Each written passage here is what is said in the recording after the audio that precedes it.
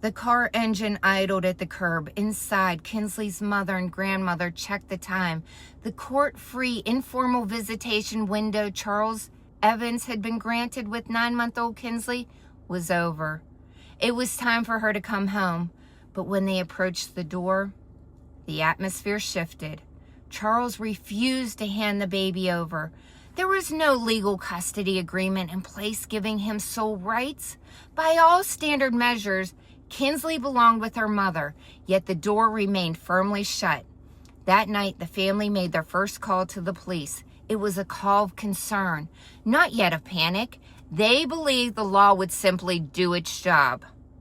Instead, they were met with the first of many bureaucratic roadblocks. Without a formal custody order, it was a civil matter. The officers on scene could not force him to surrender the child. The family left empty-handed, the silence in the back seat of their car deafening. As the days bled into weeks, the family's approach shifted from polite compliance to frantic mobilization. They realized that if the system required paperwork to act, they would drown the system in it. So they started with police calls. Every few days, a family requested welfare checks. Officers walked up to the residence, knocked on the door, and looked at Kinsley. To the untrained eye of a responding officer, she appeared safe. They left. Then they went to CPS. Multiple reports were filed with Child Protective Services. The family detailed their growing dread, the lack of access to the baby, and the volatile environment.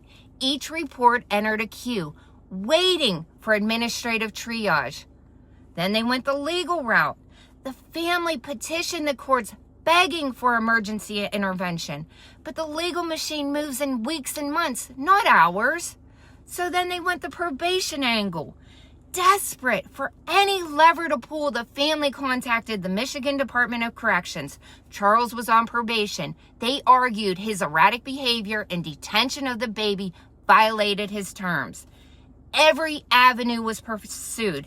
Every door was knocked on, but to the agencies designed to protect, Kinsley's case was just another file on a cluttered desk, another civil dispute between estranged parents. By mid-June, a terrifying pattern had emerged. The family's frantic energy was met with absolute static. Every time they drove past the house, the windows were dark or the blinds were drawn. The police continued to tell them their hands were tied. CPS had still not conducted a formal, in-depth welfare investigation. In the quiet hours of the night, the grandmother stared at the empty crib. The psychological toll of doing everything right, of calling every number, speaking to every supervisor, filing every form, only to be told no, was agonizing. They were screaming into a void while miles away behind a closed door, a 9-month-old baby remained entirely defenseless. 28 days after Memorial Day, the sirens finally wailed, but with urgency. But they weren't responding to the family's plea for custody. They were responding to an emergency call from Charles Evans' residence. First responders rushed into the home. 9-month-old Kinsley was unresponsive, her tiny body bearing the horrific, unmistakable marks of severe physical trauma. She was rushed to the hospital, but there was nothing doctors could do. The system had taken weeks to process a single piece of paper, suddenly moved with terrifying speed. Wayne County Prosecutor Kim Worthy would later state, "Baby Kinsley lived a very short life of pain. The alleged facts are unbelievably tragic. The injuries inflicted on this 9-month-old baby are too numerous to fathom." The aftermath of Kinsley's death was defined by sudden flurry of activity, the very activity that could have saved her weeks prior.